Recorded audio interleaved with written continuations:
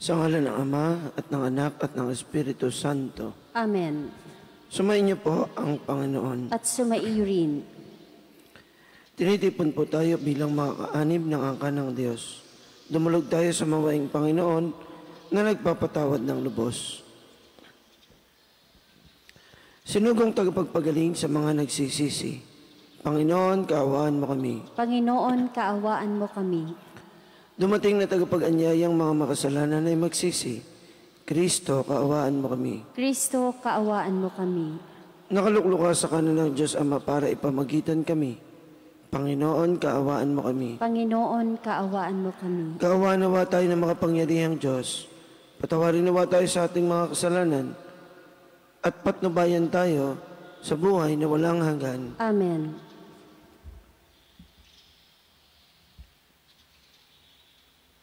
Manalangin tayo.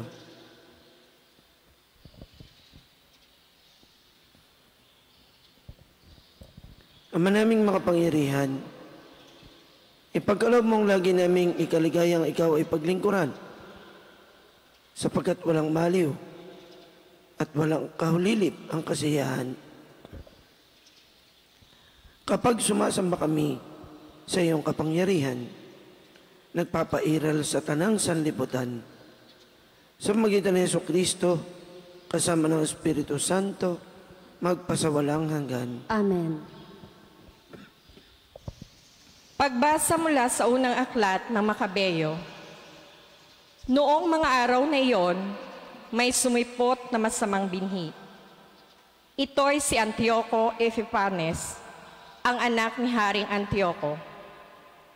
Siya'y isa lamang bihag sa Roma bago nagmana ng kaharian. Nagsimula siyang maghari ng taong 137. Noong kapanahunan ni Antioco Epiphanes, may lumitaw ng mga masasamang Hudyo na ayaw sumunod sa kautusan. Bagkos ay inaakit pa mga mamamayan na makipagkasundo sa mga hintil sa palibot nila. Makipagkasundo na tayo sa kanila, wala naman tayong nakikita sa hindi pakikipagkasundo, kundi pawang kamalasan, wika nila.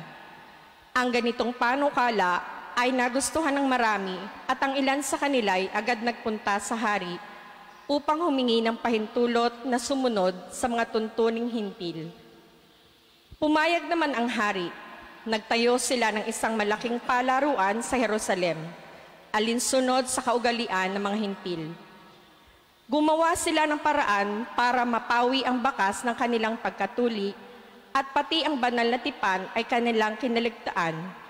Ano pat, nakiisa na sila sa lahat ng masasamang gawain ng mga hintil. Ang hari ay nagpalabas ng isang kautusan para sa buong kaharian.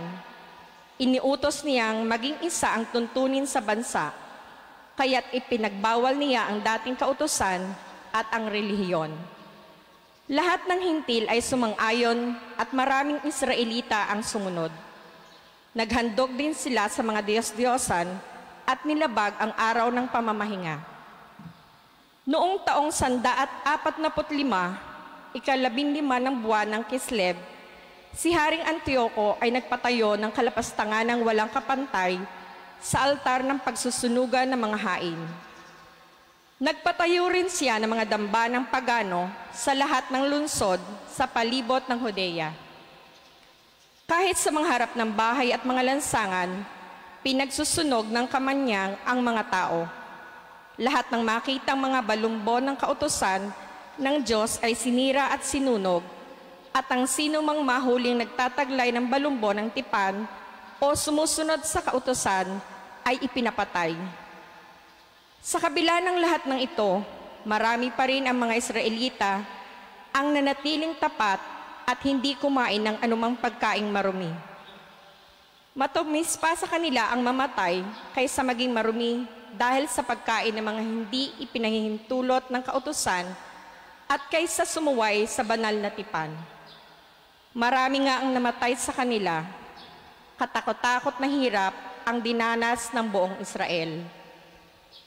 Ang salita ng Diyos. Salamat sa Diyos. Salmong tugunan. Poon ako'y lingapin mo, ang utos mo'y susundin ko. Poon ako'y lingapin mo, ang utos mo'y susundin ko. Nag-aapoy ang galit ko sa tuwing mamamalas, yaong mga masasamang lumalabag sa iyong batas. Poon ako'y lingapin mo, ang utos mo'y susundin ko. Silang mga masasama, kahit ako ay gapusin, ang bigay mong mga utos ay di ko rin lilimutin. Poon ako'y lingapin mo, ang utos mo'y susundin ko. Sa sino mang naghahangad na ako ay alipinin, iligtas mo ang lingkod mo't ang utos mo ang susundin. Poon ako'y lingapin mo, ang utos mo'y susundin ko.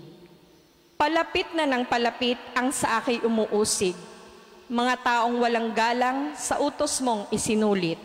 Poon ako'y lingapin mo, ang utos mo'y susundin ko. Iyang mga masasamay, tiyak na di maliligtas, dahilan sa kautosang hindi nila ginaganap. Poon ako'y lingapin mo, ang utos mo'y susundin ko. Nagdaramdam akong labis kapag aking namamasdan yaong mga taong taksil na laban sa kautosan. Poon ako'y lingapin mo, ang utos mo'y susundin ko.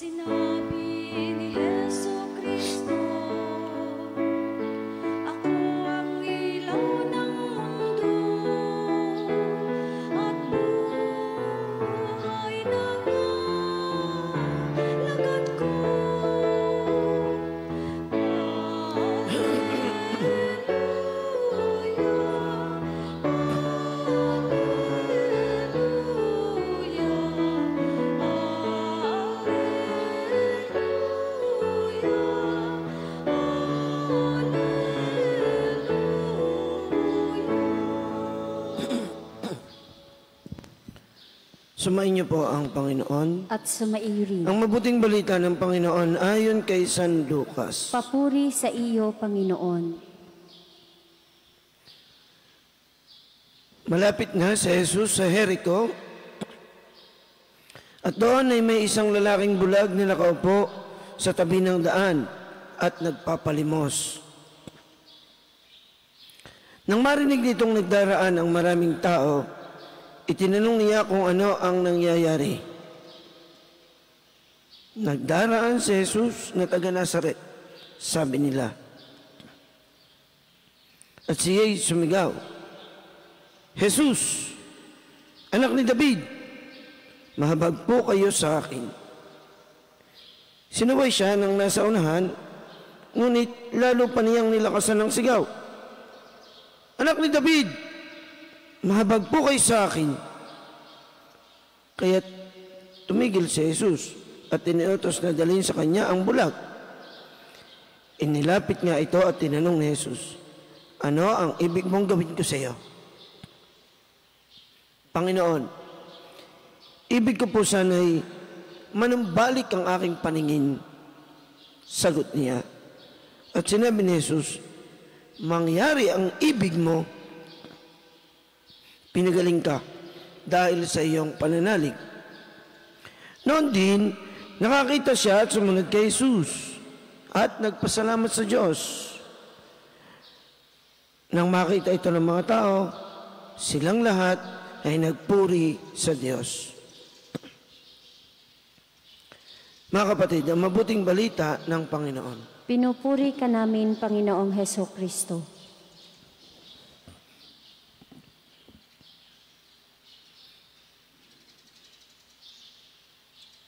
Di ka po at pag kayo ay may gustong gawin, kayo ay mapilit, makulit, paulit-ulit. Pagka kayo may gusto, ay di kayo hindi mapigilan. Kaya nga natin mga Batanggenyo eh. Ayain na, hamit eh. mapilit. Yung gustong-gusto mo na walang makapigil sa iyo. Mga matatanda, makukulit, pagka senior na.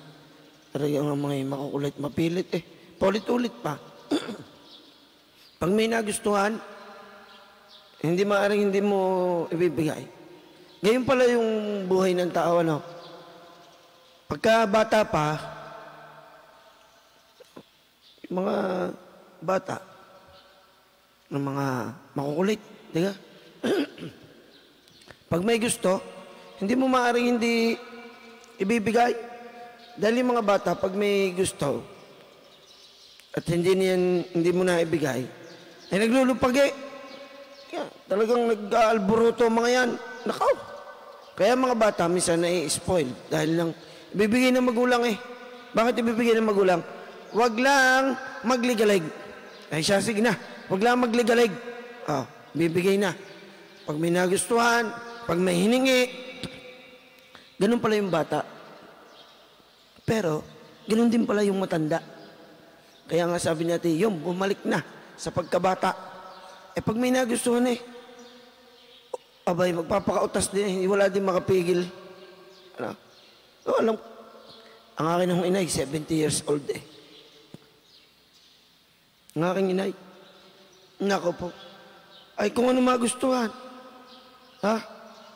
Pag may nagustuhan hindi maaring hindi mo nasamaan loob. Kunwari okay lang, pero yung pala yung masama pala loob. Nagustuhan umuwi sa amin sa Padre Garcia. Walang nakapigil. Talagang hamit. Pagsakulit. At paulit-ulit, hindi ka tatantanan. Hanggang sa, anong gagawin mo? Ay makulit na. Ay siya, sige. Wag lang magligalig. Bigay ang hilig. Wag lang magligalig. Ay hamit Ang papakautas di yun.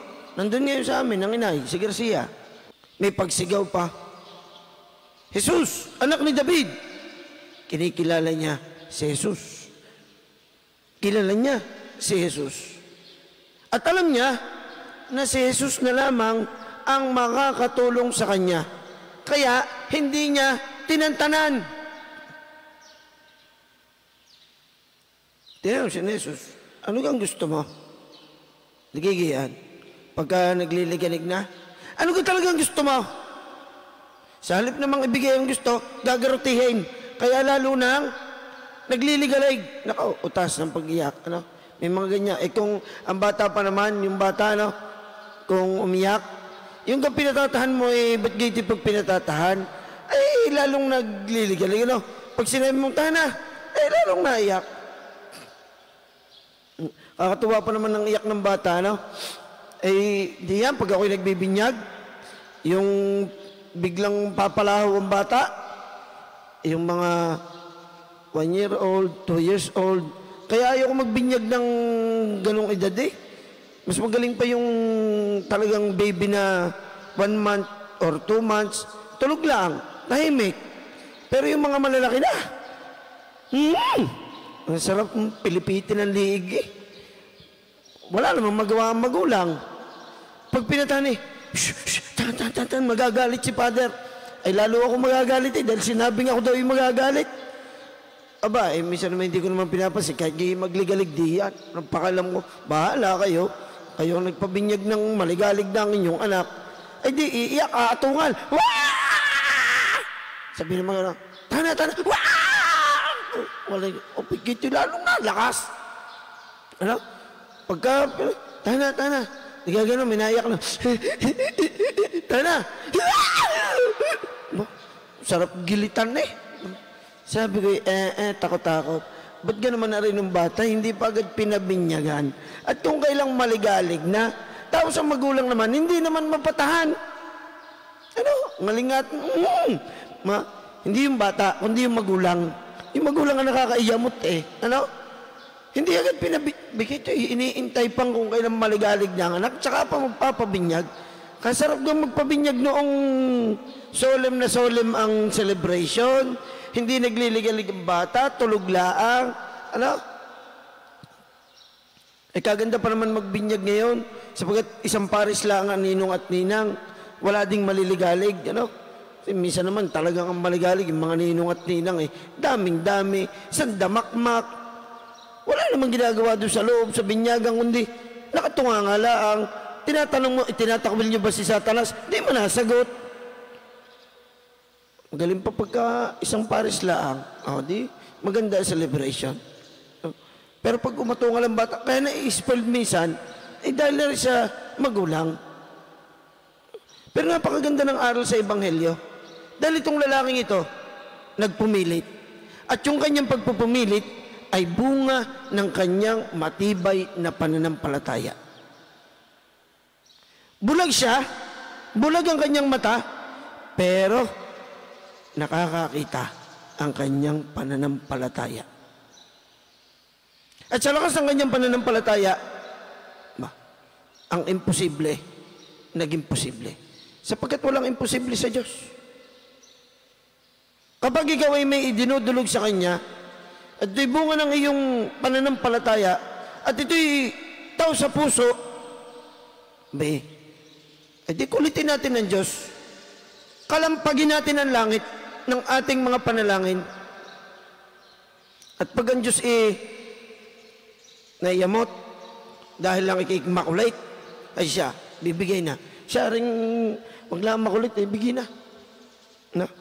Naalala ko tuloy yung kwento ni Father Roland na meron daw yung mga nagdadasal, meron daw isang matandang babae na pagdating sa langit in-interview ni San Pedro. Kwento ko ni Father Roland. Sabi daw ng matandang babae, ako'y Katoliko. Ako yung laging nasa simbahan. Ako yung wala nang ginawa kundi magdasal ng magdasal. Ako'y lagi yung nagro-rosaryo. Ako yung laging nasa simbahan. Dasal na ng dasal. Wala nang inurasan ng aking kadadasal. Yun ang aking buhay. Ay sabi daw ni San Pedro, ikaw pala yung nang i-istorbo sa amin kahit oras na ng tulog Ikaw pa yung pala nang bubulahaw dito. Ay siya, hindi ka dito sa langit, doon ka sa kabila. Masama din pala yung dasal ng dasal, meron naman daw isang matanda, wala na rin ginawa kundi magdasal ng magdasal. Bagito nung namatay hinahanap daw ang langit hindi rin makita. Saan kayo? Hindi na makita yung pala lagpas. Kada dasal, lumagpas. Biro lang ho yun. Walang masamang magdasal. Walang masamang ipilit mo ang gusto mo. Bunga ng iyong matibay na pananampalataya. Kulitin mo ang Diyos. Kalampagin mo ang langit. Mag-ingay ka sa magitan ng iyong taimtim na pananalangin. At lahat ng iyong hihilingin, lahat ng iyong dadasalin ay ibibigay ng Diyos. Kailangan lang, katulad ng lalaking bulag na sigaw ng sigaw, kailangan ang ating pananampalataya ay malakas at siyang nakakakita. Baka naman bulag na tayo para sa Diyos, bulag pa yung ating pananampalataya. Hindi baling bulag ang mata, basta malinaw ang pananampalataya. Sapagkat doon nakabase sa ating pananampalataya at pagmamahal sa Diyos, yung ating matibay na relasyon sa Kanya. At diga po, yung inyong mga anak, pagka hingi ng hingi, makulit, ayaw din kayong tantanan, diga ang magulang, ibinibigay na sa anak. Ganon din ang Diyos. Kapag tayo ay masigasig sa ating pananalangin, sabihin ng Diyos, ay talagang arihamit, ay siya, pagbigyan na. Kaya pinagbibigyan ng Diyos ang panalangin bunga ng matibay na pananampalataya.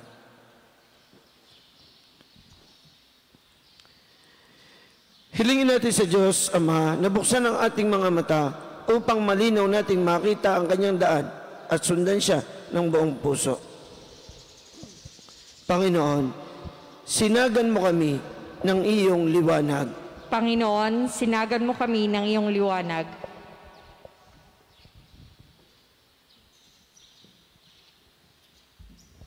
Ang mga pinuno ng simbahan, sa pamamagitan ng kanilang huwarang pamumuhay, naway maipakita sa atin ang daan patungo sa kaharian ng Diyos Amang nasa langit. Manalangin tayo sa Panginoon. Panginoon, sinagan mo kami ng iyong liwanag. Sa pamamagitan ng ating paggawa ng kabutihan, naway palagi nating bigyang pansin ang mga hinatulan, tinanggihan at hindi minahal ng ating lipunan.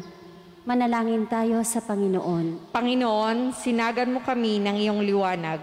Katulad ng bulag ng Jericho, tayo naway magkaroon ng matatag na pananalig sa nakapagpapagaling na presensya ni Jesus at sundan siya sa daan ng buhay. Manalangin tayo sa Panginoon. Panginoon, sinagan mo kami ng iyong liwanag. Ang mga may sakit at mga nagdurusa sa kalabuan ng paningin o pagiging bulag, naway makatagpo ng kagalingan at kasiyahan. Manalangin tayo sa Panginoon. Panginoon, sinagan mo kami ng iyong liwanag. Ang mga yumao, naway tumanggap ng walang hanggang kapayapaan at liwanag sa kaluwalhatian ng kaharian ng Diyos. Manalangin tayo sa Panginoon. Panginoon, sinagan mo kami ng iyong liwanag.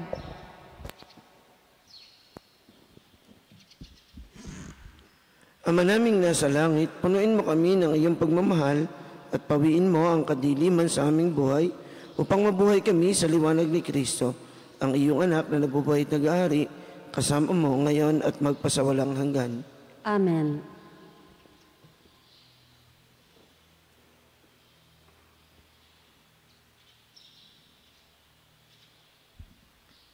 Kapuri-puri ka Diyos sa mga lumikha sa sanlibutan, sa iyo pong kagandahang loob narito ang aming mayalay. Mula sa lupa at buong namin paggawa ang tinapay na ito para maging pagkaing nagbibigay buhay. Kapuri-puri ang poong may kapal, ngayon at kailanman.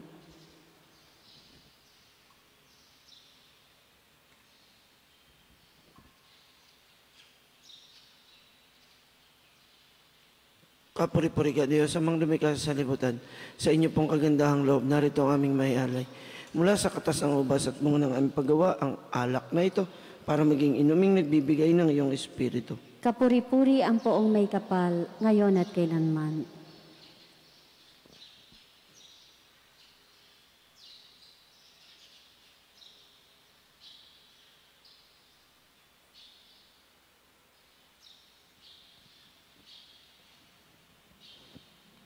Manalangin po tayo mga kapatid upang ating paghahain ay kalugdan ng Diyos sa mga pangyarihan. Tanggapin nawa ng Panginoon itong paghahain sa iyong mga kamay, sa kapurihan at karangalan, sa ating kapakinabangan at sa buong sambayanan niyang banal. Ama naming lumikha, ipagkaloob mo ang iyong masintahing pagtingin sa aming mga alay, upang ang kagandahang loob mo ay aming makamtan, at ang bunga ng walang hanggang pag-iral ay aming mapakinabangan, sa magitan ni Jesucristo kasama ng Espiritu Santo, magpasawalang hanggan. Amen.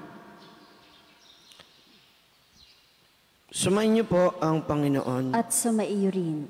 Itaas po natin sa Diyos ang ating mga puso at diwa. Itinaas na namin sa Panginoon. Pasalamatan po natin ang Panginoong ating Diyos. Marapat na siya ay pasalamatan. Ama naming makapangyarihan, tunay ngang marapat na ikaw ay aming pasalamatan. Sa magitan ni Jesucristo na aming Panginoon, ikinalugod mong sa Kanya'y baguhing mabuti ang lahat, at sa pamamagitan niya'y aming tinatanggap ang iyong abot-abot na kaloob at paglingap. Kahit na siya ay hindi naiiba sa iyo, minabuti niyang maging diri naiiba sa mga tao. Hamak siyang tulad namin sa kamatayang totoo, noong ihain niya ang sarili nang kami makasundo mo. Kaya naman iyong idinangal siya at iyong itinampok upang sa lahat siya ay manguna. Ngayon ngay lahat ng sa kanya'y nakikiisa ay talagang magkakamit ng iyong buhay at ligaya. Kaya kaysa ng mga anghel na nagsisiawit ng papuri sa iyo nang walang humpay sa kalangitan, kami po'y nagbubunyi sa inyong kadakilaan. Santo, Santo, Santo, Panginoon Diyos ng mga hukbo, napupuno ang langit at lupa ng kadakilaan mo, o sana sa kaitaasan. Pinagpala ang naparirito sa ngalan ng Panginoon, o sana sa kaitaasan.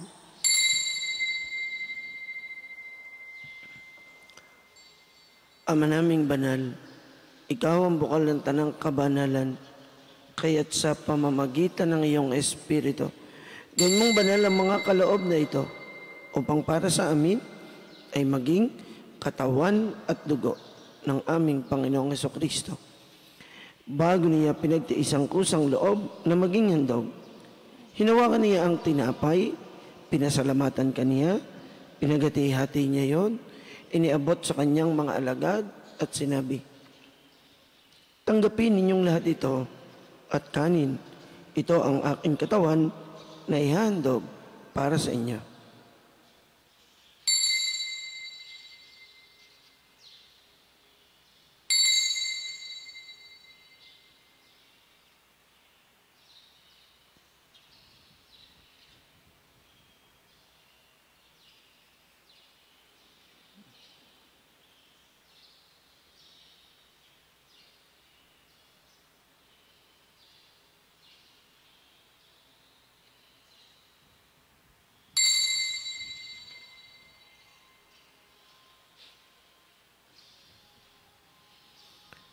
Gayon din naman noong matapos ang hapunan, hinawakan niya ang kalis.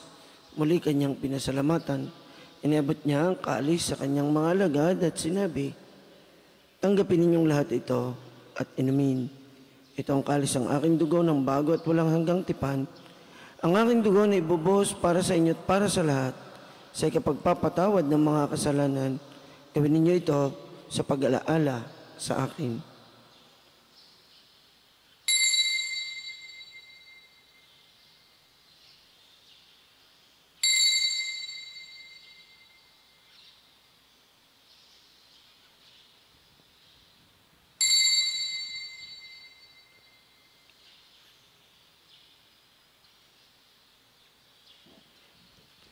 Ipagbunyi po natin ang misteryo ng ating pananampalataya. Si Kristo'y namatay, si Kristo'y nabuhay, si Kristo'y babalik sa wakas ng panahon. Ama, ginagawa po namin ngayon ang pag-alaala sa pagkamatay at muling pagkabuhay ng iyong anak. Kaya't iniaalay po namin sa inyo ang tinapay na nagbibigay buhay at ang kalis na nagkakaloob ng kaligtasan. Kami po ay nagpapasalamat dahil kami iyong minarapat na tumayo sa harap mo para maglingkod sa iyo. Isinasamo namin kaming magsasalo-salo sa katawan at dugo ni Kristo ay mabuklod sa pagkakaisa sa pamamagitan ng Espiritu Santo. Ama, lingapin po ninyo ang inyong simbahang laganap sa buong daigdig. Puspusin po ninyo kami sa pag-ibig. Kaisa ni Francisco na aming Santo Papa, ni Gilbert na aming obispo, ng lahat naming mga obispo at ng tanang kaparian. Alalahanin po ninyo ang mga kapatid naming nahimlay nang may pag-asang sila'y muling mabubuhay. Ganyan din ang lahat ng mga pumanaw na. Kaawaan po ninyo sila at patuloyin sa inyong kaliwanagan. Kaawaan po ninyo at pagmindapatin kaming lahat na makasalo sa inyong buhay na walang wakas.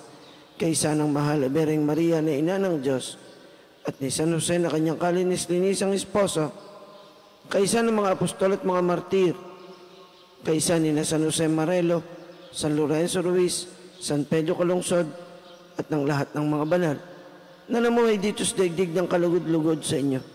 May pagdiwang nawa namin ang pagpupuri sa ikararangal mo sa pamagitan ng iyong anak na aming Panginoong Hesukristo. Sa pamamagitan ni Kristo, kasama niya at sa Kanya, ang lahat ng parangal at papuri ay sa inyo, Diyos amang makapangyarihan, kasama ng Espiritu Santo, magpasawalang hanggan.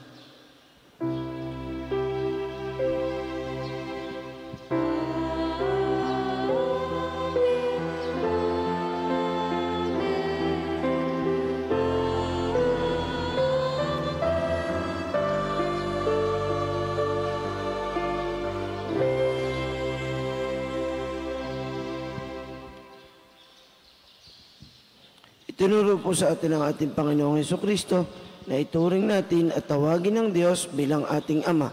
Buong kababaang loob, idulog natin sa Kanya ating mga panalangin, mga kahilingan at mga pagsusumamo. Ama namin, sumasalangit ka, sambahin ang ngalan mo,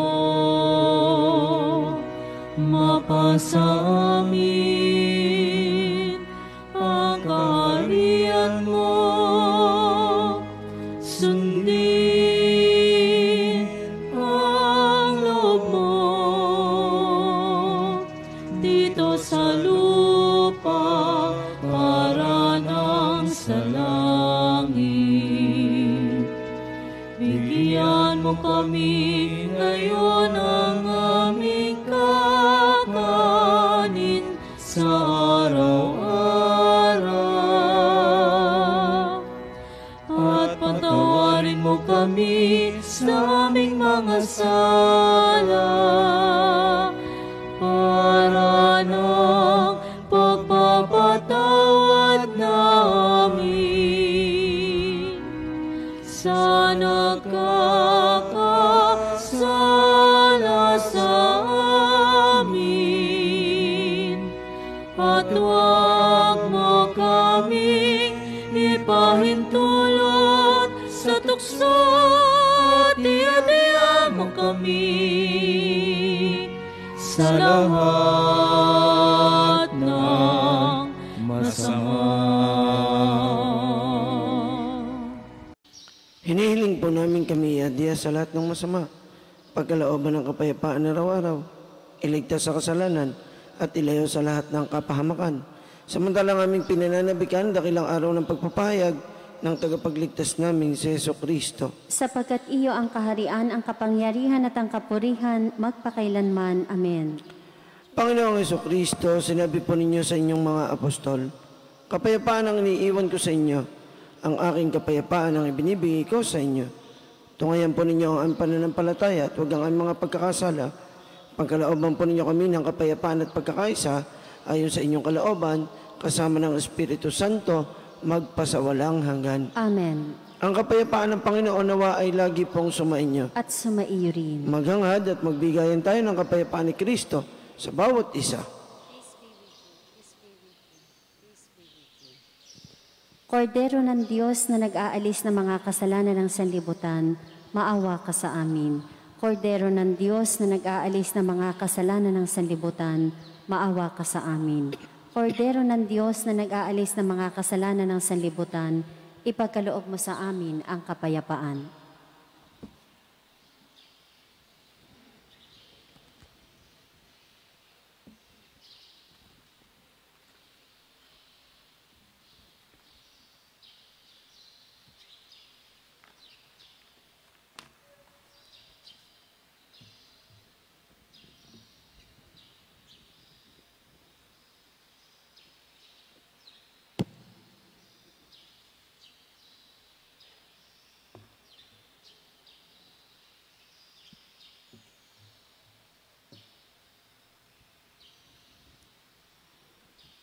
Ito po ang kordero ng Diyos, ang ating Panginoong Jesucristo, na siyang mag-aalis at magpapatawad ng ating mga kasalanan. Mapapalad po tayong lahat na inaanyayahang magkasalo sa kanyang banal na piging. Panginoon, hindi ako karapat-dapat na magpatuloy sa iyo, ngunit sa isang salita mo lamang ay gagaling na ako. Ang katawan ni Kristo. Amen. Panginoong Jesus, ako ay nananalig na ikaw ay nasa kabanal-banalang sakramento sa altar. Iniibig kita ng higit sa lahat at minimithi kong tanggapin ka sa paraang espiritual dahil hindi ko kayang tanggapin sa panahon ngayon ang iyong katawan at dugo sa banal na sakramento. Kahit man lang sana ay matanggap kita sa paraang espiritual sa aking puso. Niyayakap kita na para bang andito ka na talaga sa aking puso at iniaalay ko ng buong puso ang aking sarili sa iyo. Huwag mong pahintulutang mawalay ako sa iyo. Amen.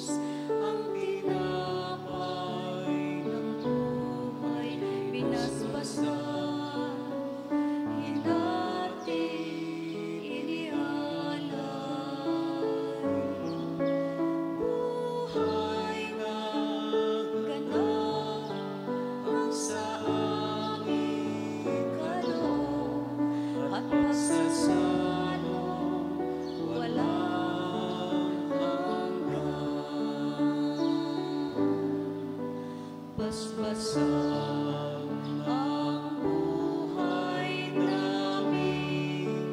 At naway matulad sa pag-aalay mo. Buhay na laan ng sa mundo, sa pag-ibig ay kapos.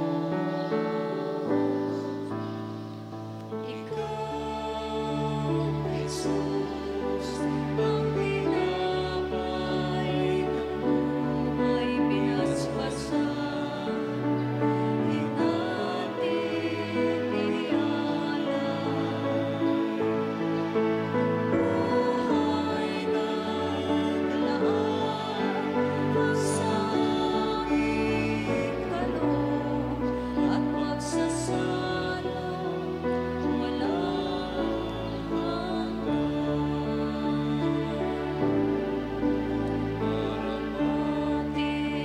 Sa kapwa maging tinapay kagalakan sa katarungan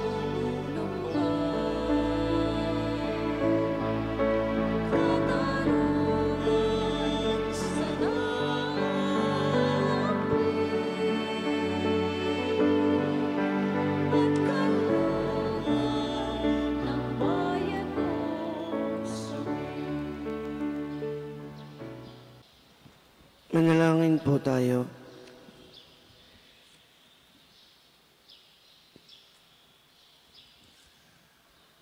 Ama naming mapagmahal, sa pinagsaluhan naming banal na pakikinabang, ang amin nawang pag-ibig ay lalong madagdagan ng ginawa namin sa pag-alaala sa anak mong mahal, na nag-utos ipagdiwang ang huling hapunan sa pamagitan ng Jesucristo, kasama ng Espiritu Santo, magpasawalang hanggan. Amen.